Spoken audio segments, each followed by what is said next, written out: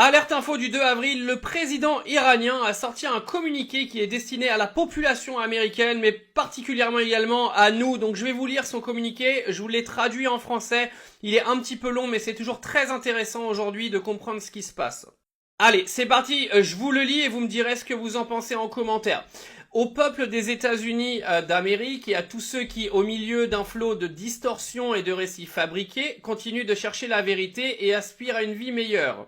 L'Iran, par son nom même, son caractère et son identité, est l'une des plus anciennes civilisations continues de l'histoire humaine. Malgré ses avantages historiques et géographiques, à différentes époques, l'Iran n'a jamais, dans son histoire moderne, choisi la voie de l'agression, de l'expansion, du colonialisme ou de la domination. Donc ça, c'est un message clairement destiné à Israël.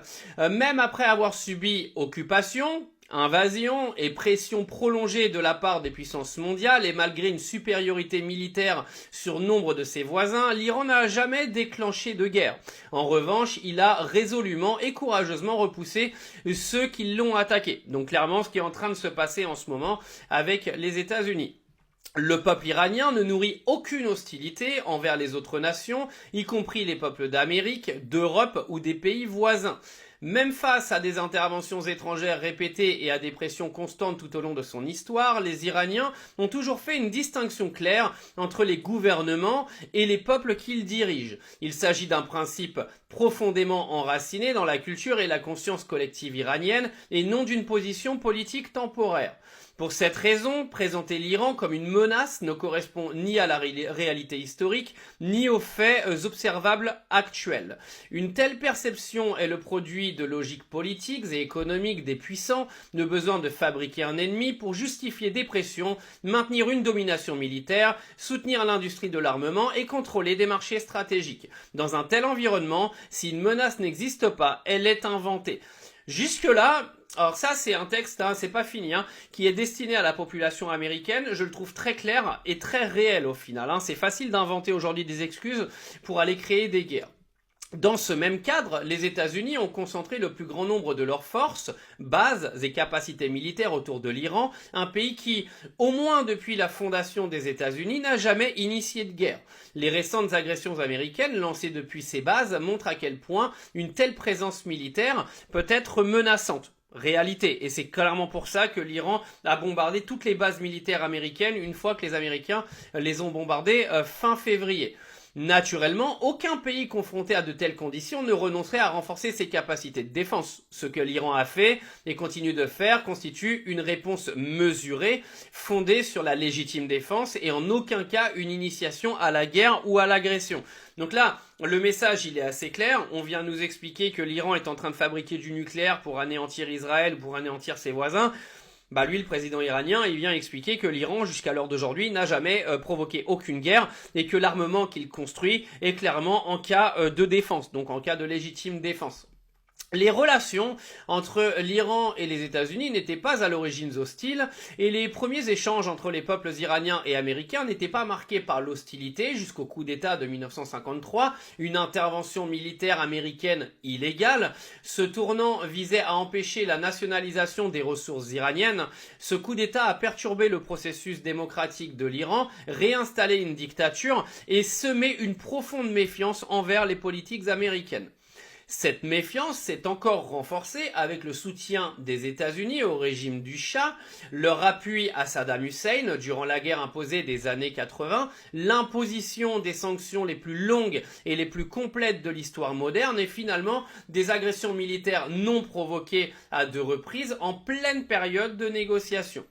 Pourtant, toutes ces pressions n'ont pas affaibli l'Iran. Au contraire, le pays s'est renforcé dans de nombreux domaines, le taux d'alphabétisation a triplé, l'enseignement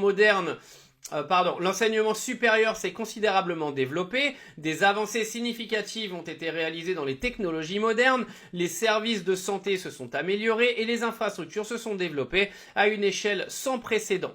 Ce sont des réalités mesurables et observables, indépendants des récits fabriqués. Dans le même temps, l'impact destructeur et inhumain des sanctions, de la guerre et de l'agression sur la vie du peuple iranien ne doit pas être sous-estimé. La poursuite de l'agression militaire et les bombardements bombardements récents affectent profondément les vies, les attitudes et les perspectives des populations. Cela reflète une vérité fondamentale: lorsque la guerre inflige des dommages irréparables aux vies, aux foyers, aux villes et au futur, les populations ne restent pas indifférentes envers ceux qui en sont responsables. Je vous lis la suite, il reste 2 paragraphes qui sont extrêmement importants. Cela soulève une question fondamentale. Quels intérêts du peuple américain sont réellement servis par cette guerre ? Existe-t-il une menace objective venant de l'Iran pour justifier un tel comportement?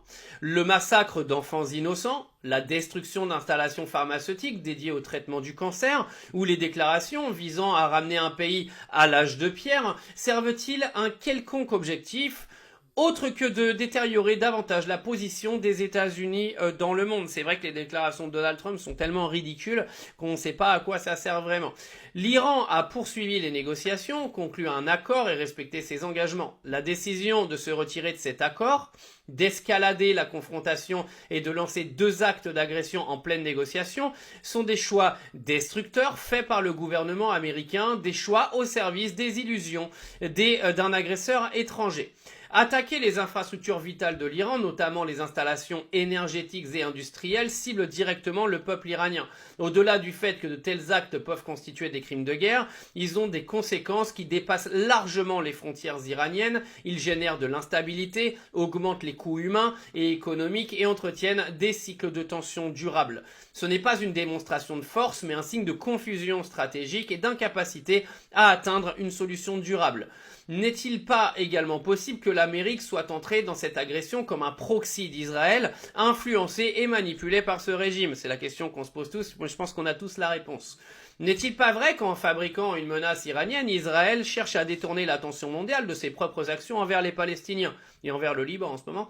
N'est-il pas évident qu'Israël vise désormais à faire combattre l'Iran jusqu'au dernier soldat américain et au dernier dollar du contribuable américain, transférant le poids de ses propres illusions sur l'Iran, la région et même les États-Unis eux-mêmes au service d'intérêts illégitimes?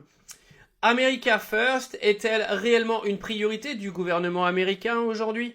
Je vous invite à regarder au-delà de la machine de désinformation, partie intégrante de cette agression, et à écouter ceux qui ont visité l'Iran.